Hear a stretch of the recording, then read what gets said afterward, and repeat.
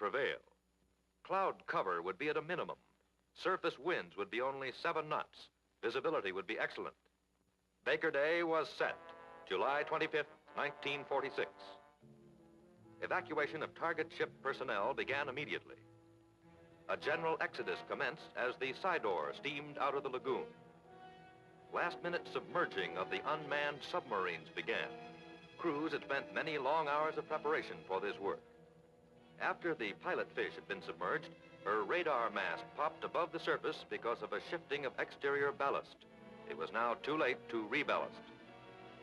Similar difficulties were encountered with the Sea Raven.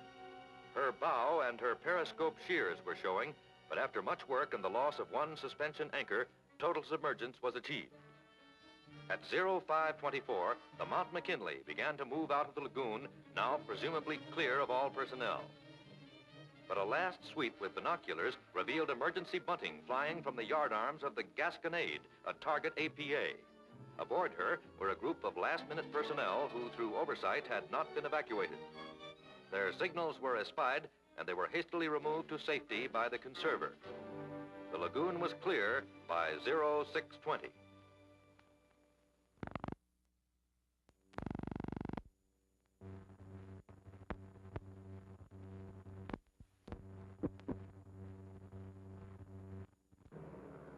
Aircraft were already aloft as air components moved into position. Reports were streaming back from weather reconnaissance planes, which were making far-flung weather sweeps north and east of the lagoon. 2 command aircraft were on station at dawn.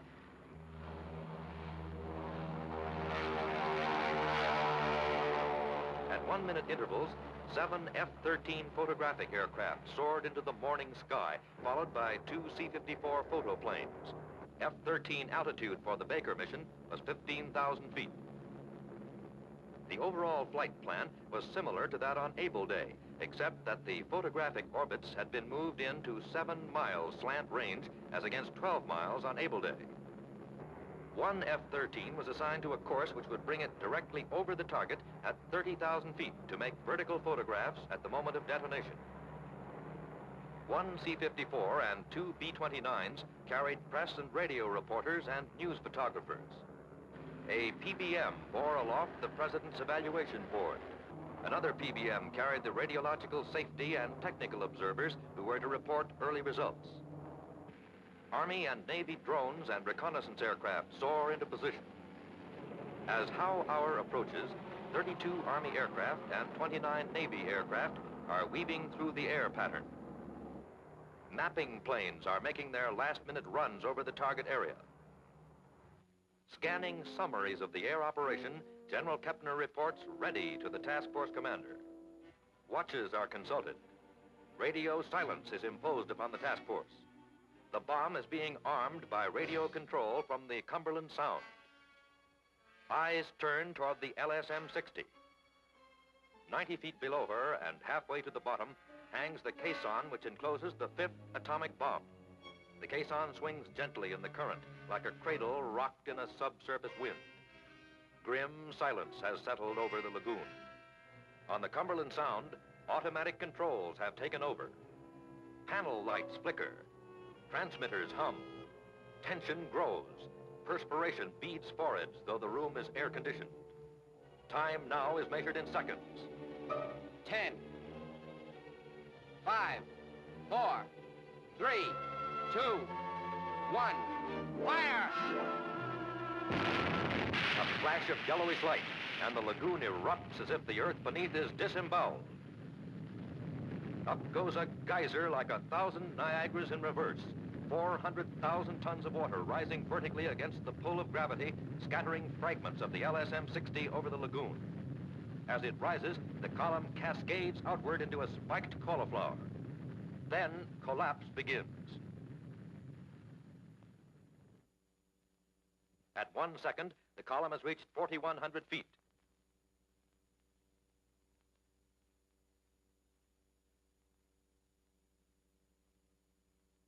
At 60 seconds, 7,600 feet.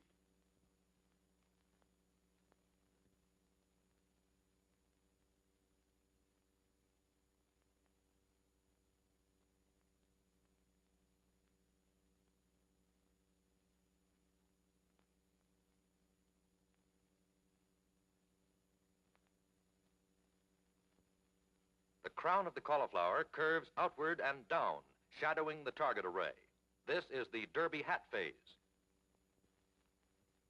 As the column plunges back to the sea, a surge develops at the base of the column, and a wall of spray, foam, and poison fog sweeps outward at the initial rate of 60 knots, an unpredicted phenomenon. This is the most poisonous fog that mankind has known since the dawn of creation. It contains residual plutonium.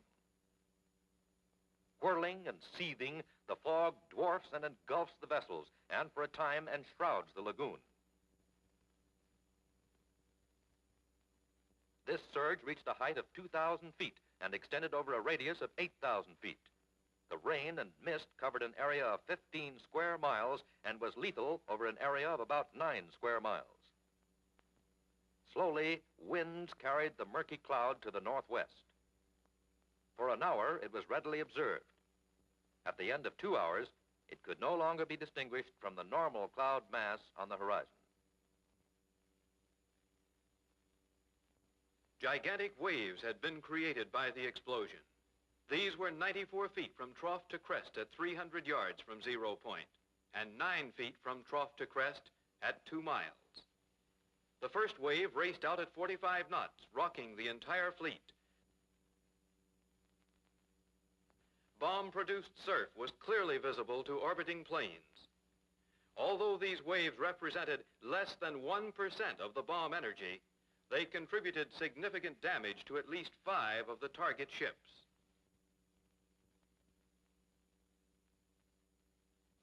Between the base surge and the radioactive rain which fell on the lagoon from the cloud, all but 9 of the target vessels were alive with contamination immediately after the blast. Witnesses searched for adjectives to describe the might of this explosion. They had no precedent with which to compare it. One fact alone stunned the imagination.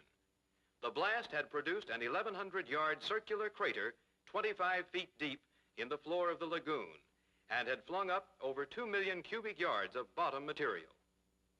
After the blast, there was a layer of mud and sand several feet thick on the bottom of the lagoon in the neighborhood of the detonation point. The condensation cloud gave the blast a momentary appearance of a birthday cake on a platter. This condensation stage lasted but a brief moment.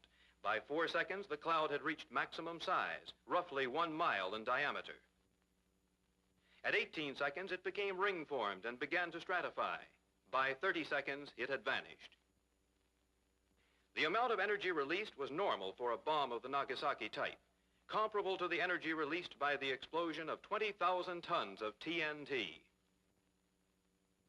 Drone performance was even more satisfactory than on Able Day.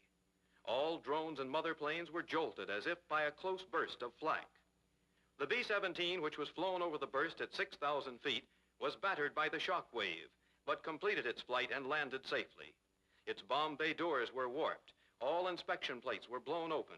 The tail gunner's escape hatch was blown inward. The canvas boot over the tail wheel was split. Study of the flight analyzers revealed that this aircraft underwent reactions never before explored in flight. The air shock wave at 6,000 feet was approximately 1.9 pounds per square inch, lasting more than 1/2 second.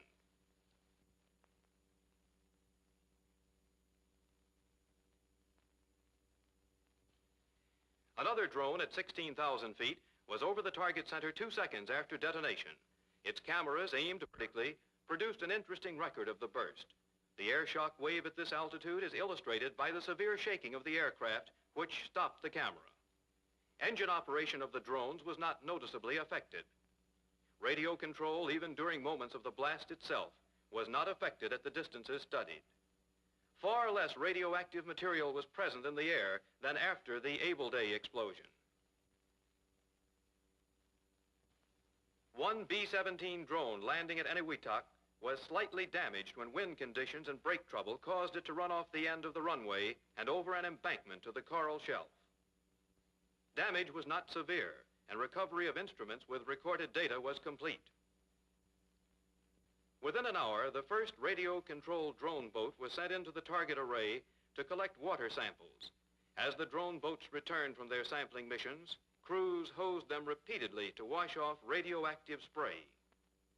The drone boats were used for radiological surveys for 2 days after detonation. They could go with impunity where man still dared not venture.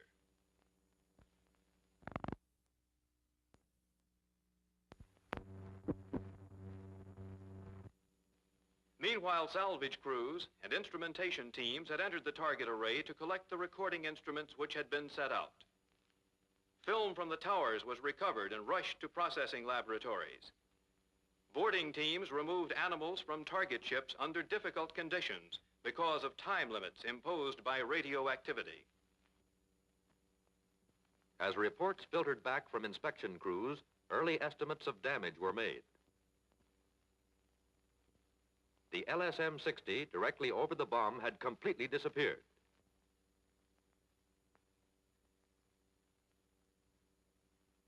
The 26,000-ton Arkansas, moored 200 yards from 0 point, had capsized and sunk within the first minute after the blast. She settled upside down on the floor of the lagoon.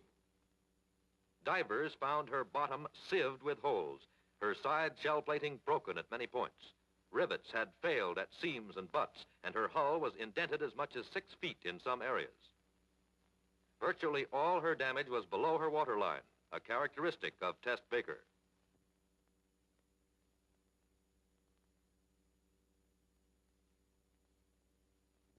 The Saratoga had been 350 yards from 0 point.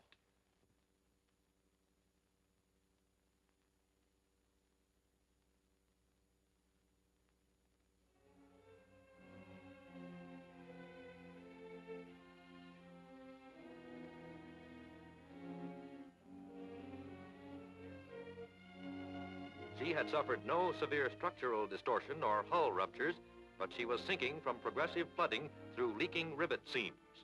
The forward half of her stack lay across her flight deck. The stacks, surviving the blast, were carried away by mass movement of water. Shortly, she developed a slight starboard list. No salvage crew could approach. Radioactive death lurked everywhere. Not even a pelican hook could be attached to her anchor chain to tow her to shallow water. It was the death of a gallant warrior, bleeding oil in great gushes which spread over the lagoon. Her guns now silenced forever. 7 times the Japanese had announced this ship sunk.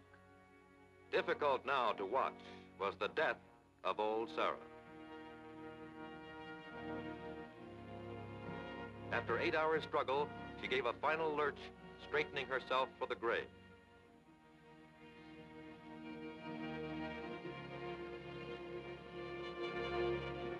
At 16:16, she slipped beneath the surface, leaving a lonesome gap against the late afternoon sky.